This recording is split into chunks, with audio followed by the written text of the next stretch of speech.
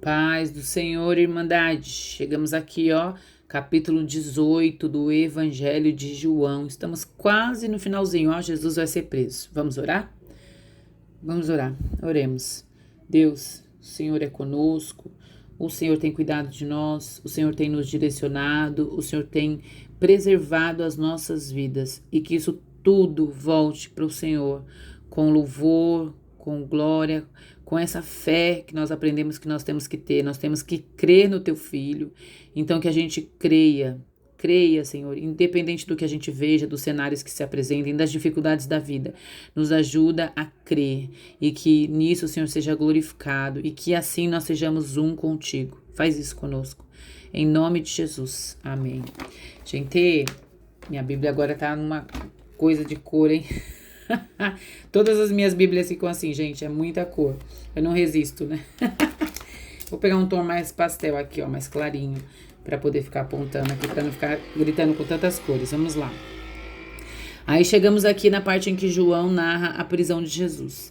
E aí vou lendo os grifadinhos e a gente volta conversando. Diz assim, ó. Quando terminou de orar, vocês lembram que Jesus estava no capítulo anterior orando e ele orou por ele mesmo? Depois ele orou pelos seus discípulos e depois ele orou por todos aqueles que iam crer. E nisso nós entramos aí por tabela, fomos agraciados. E aqui continua, ó, depois são as últimas palavras dele antes da prisão. E aí ele diz assim, ó, quando terminou, o texto diz, né? Quando terminou de orar, Jesus saiu com seus discípulos e atravessou o vale de Cedron. Do outro lado havia um olival, onde entrou com eles. Entrou aonde? Sabe o jardim? O Getsemane ali? O Jardim das Oliveiras? O jardim. Então, aí o Senhor foi ali, atravessou e entrou no jardim. Judas, aí a gente vê aqui embaixo, ó. Judas foi para o olival, soldados e alguns guardas. Ele foi com esses soldados e com alguns guardas. Não tem como não chamar atenção quando a gente fala de jardim, que a gente pensar, né, naquela situação do Jardim do Éden, onde foi o primeiro pecado, né? Onde o homem desobedeceu pela primeira vez. E aqui é um jardim onde Cristo obedeceu a Deus, assim em tudo, gente. Diferente de Adão, que no jardim desobedeceu, aqui Jesus é o Filho perfeito de Deus. Como homem, ele mostrou obediência irrestrita, uma obediência certeira, sabe, a Deus. Então, é uma redenção da humanidade, assim, é algo que ele carregou sobre si o peso da humanidade, que vinha lá desde o jardim, né? E aqui a gente vê Judas chegou, mas João, ele narra de uma forma um pouquinho diferente essa parte, é bem interessante, e ele não fala que Judas beijou, né, o traiu e entregou com um beijo. Aí eu anotei aqui, nem precisava do beijo de Judas, porque Jesus se apresenta. Jesus diz, eu sou. E aí nós vamos ver aqui no texto, ó, no 4, Jesus, eles chegam com todo aquele aparato, soldados, os guardas lá, e tinha uma multidão, a gente sabe nos outros evangelhos, né? E aí Jesus, tinha muitas pessoas, né, na verdade. Aí Jesus fala assim, a quem vocês estão procurando? É o próprio Cristo que fala, quem vocês querem? Aí eles dizem no 5, a Jesus de Nazaré, responderam. E Jesus diz, sou eu, disse Jesus, sou eu. Judas, o traidor, estava com eles. Aí olha o 6, quando Jesus disse, sou eu, eles recuaram e caíram por terra. Gente, que coisa foi essa? Incrível. Isso mexe muito com a gente. Olha o poder que saía de Jesus. Olha o poder. Veja se ele não deu a própria vida. Ele deu, ele não foi preso. A gente vê toda uma conspiração. A gente vê Judas o traidor. A gente fala até com raiva, né? Dos soldados, de não sei o quê. Mas isso aqui foi Jesus obedecendo, porque ele podia ter, com uma fala, acabado com todo mundo ali. Mas não, quando ele disse, ó, eu sou, eles recuaram e caíram por terra. Pensa, todos aqueles guardas, os soldados, todo mundo caiu, eles foram empurrados para trás, tá escrito, recuaram e depois todo mundo no chão. Gente, quando eu li isso a primeira vez eu fiquei enlouquecida. E aqui é quando Jesus assume essa identidade e o seu poder é revelado. Ele assume a identidade, ele se identifica. Não é com um beijinho que ele ia sofrer tudo isso, é pela vontade do Pai e ele em submissão, ele se entrega. Então ele diz, sou eu sou. E aí eles continuam perguntando, aí no 8 Jesus diz assim, ó, já disse a vocês que sou eu. Se é a mim que vocês estão procurando, deixem estes homens ir embora. E aí os discípulos estão junto com ele ainda aqui, né? E aí no 10 a gente vê aqui, ó, Simão Pedro, que trazia, dá pra ver? Deixa eu empurrar um pouquinho pra cima, senão eu passo do texto. Aqui, ó. Simão Pedro, aqui no 10. Simão Pedro, acho que eu deixei muito perto, né, gente? Mas vamos ver se dá. Simão Pedro, que trazia uma espada, sacou-a e feriu o servo do sumo sacerdote, decepando a orelha dele, a orelha direita. O nome do homem do servo era Malco. Então esse aqui ele era conhecido deles, né? Porque eles sabiam até o nome, né? Conhecido ao menos de João, que é quem está escrevendo isso daqui. Então ele queria o quê? Ele queria lutar. Então as pessoas falam, ai, Pedro era covarde. Isso não é atitude de uma pessoa covarde, não. Muito pelo contrário, gente. Isso é atitude de quem tem muita coragem. Ele tinha muita coragem. Porque se a gente for reparar, ele tinha uma espada e nada mais. E ali estavam os guardas, os soldados e um monte de gente junto. E o que ele fez? Ele ia enfrentar todo mundo apenas com uma espada e era o que ele ia fazer. Ele ia matar quem ele pudesse, ele ia pra cima para defender o Cristo, que ia ser esse Cristo revolucionário, que na cabeça dele, provavelmente, né, ia tomar o poder aqui na terra, né, o governo. Aí Jesus no 11 diz assim, ordenou a Pedro, guarde a espada. Acaso não haverei de beber o cálice que o Pai me deu? Então, ele, na verdade, ele ia vencer, mas não seria um governo terreno. É isso que ele está dizendo aqui, né? Acaso vou eu beber o cálice, do meu Pai? Então, ele fala da obediência que ele tinha irrestrita, uma obediência dele para com Deus. É isso que Jesus está falando aqui, né? Acaso eu não vou beber? E aí o texto continua no 13. O levaram primeiramente a Anás, aí amarram as mãos de Jesus, eles vão levando ele. Levaram a Anás, que era sogro de Caifás. Caifás era quem tinha dito aos judeus que seria melhor que um homem morresse pelo povo. Lembra que ele profetizou? Olha aqui, ó. Você vê, a gente vê pessoas que falam em nome de Deus, faz em nome de Deus, e faz sim, gente. Esse homem profetizou e está cooperando aqui para a morte, ele quer sangue, ele quer a morte de Cristo, né? E aí no 15 diz assim, ó, Simão Pedro e o outro discípulo, quando tá escrito aqui o outro discípulo, gente, é João, tá? É o próprio aqui, é João.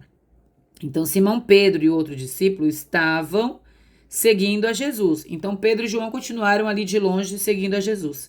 E aí João conseguiu entrar porque ele conhecia alguém que trabalhava lá, né? Mas Pedro teve que ficar esperando, olha isso, deixa eu empurrar mais aqui. Pedro teve que ficar esperando, ó, tá vendo? Do lado de fora da porta, ou o outro discípulo, que era conhecido do sumo sacerdote, voltou, falou com a moça encarregada da porta e fez Pedro entrar.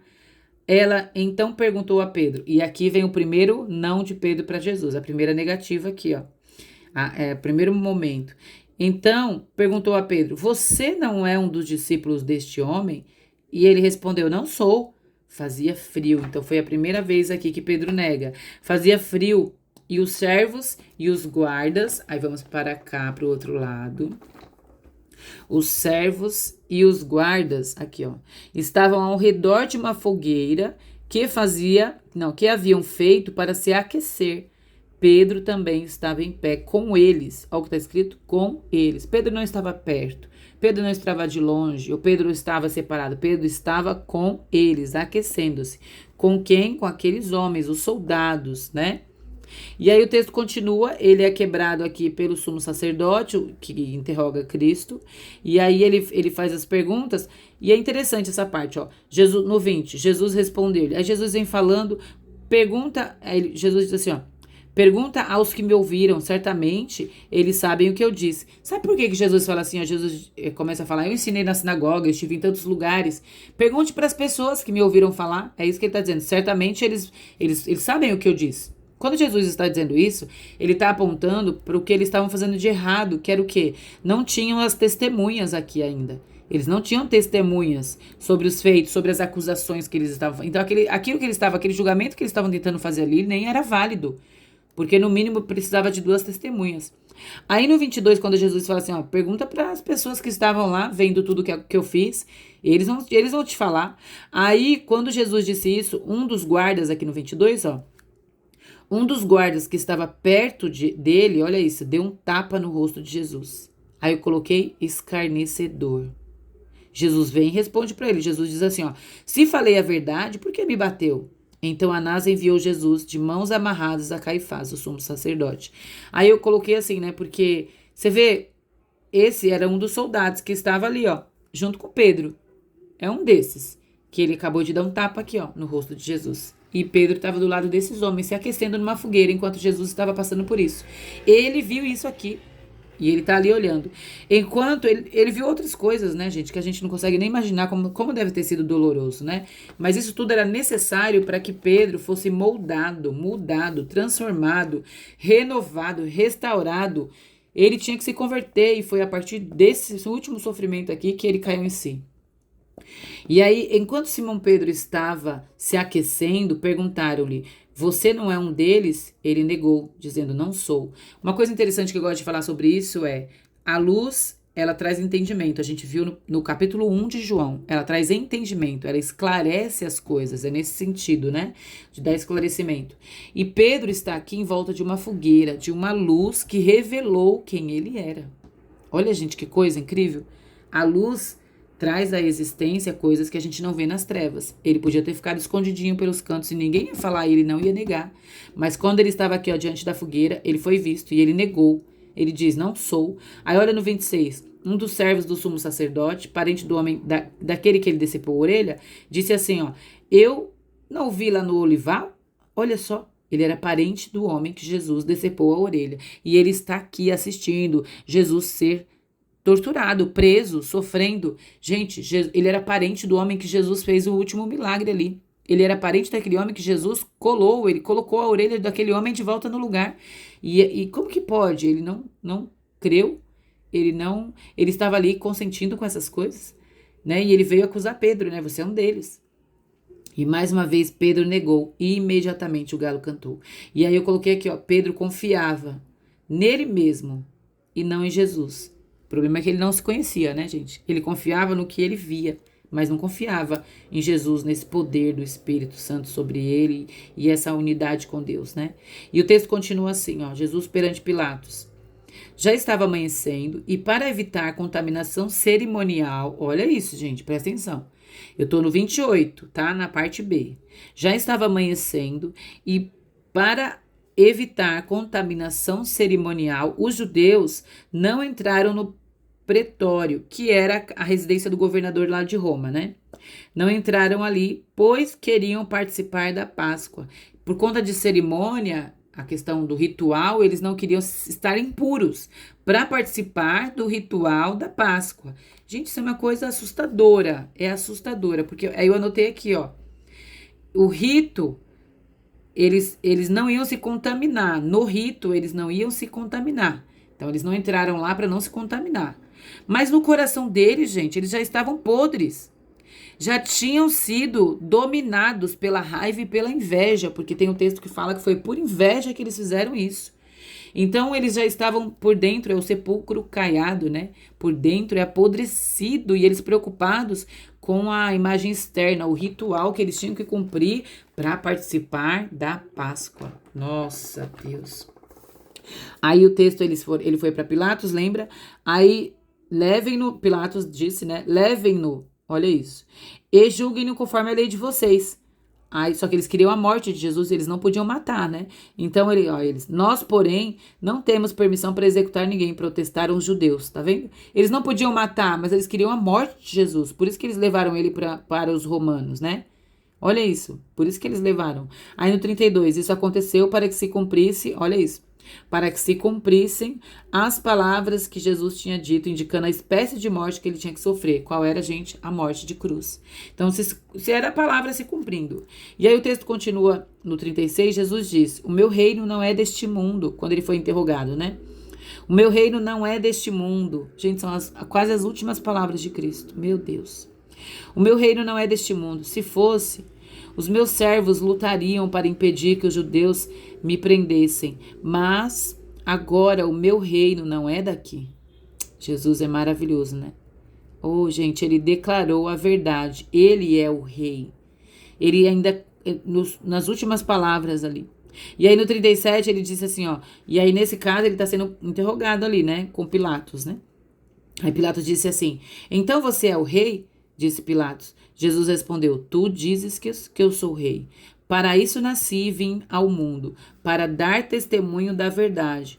Todos os que são da verdade me ouvem. Aí é interessante que Pilatos faz assim: O que é a verdade? Perguntou Pilatos. Depois de perguntar isso, saiu. Gente, ele não esperou a resposta de Jesus. Talvez se ele tivesse esperado, Jesus tinha explicado para ele o que é a verdade. E ele saiu, por quê? Porque ele era o cargo, né? Ele era o poder, ele tinha que resolver, ele tinha o que fazer. Olha a pressa. Ele tinha que ir, ele tinha algo para fazer, ele tinha que se livrar daquelas pessoas. Gente, que o Senhor não permita que a gente meta os pés pelas mãos desse jeito, sabe? De viver de dia em dia fazendo coisas que seja só para nós mesmos ou para outras pessoas e se deixar assim, né? A sua vida com Deus em segundo plano. Sabe, deixar de ouvir a voz do Senhor. Nós precisamos parar. É preciso parar para ouvir o Senhor falar. Às vezes a gente se envolve com tantas coisas e não só. Eu falar a real, a gente fala que não sobra tempo, quando na verdade não deveria ser a sobra. Então já está errado por aí. Mas que o Senhor desperte a nossa mente para que a gente reserve um tempo precioso para desfrutar das palavras do Senhor. Que Ele faça isso conosco. Amém.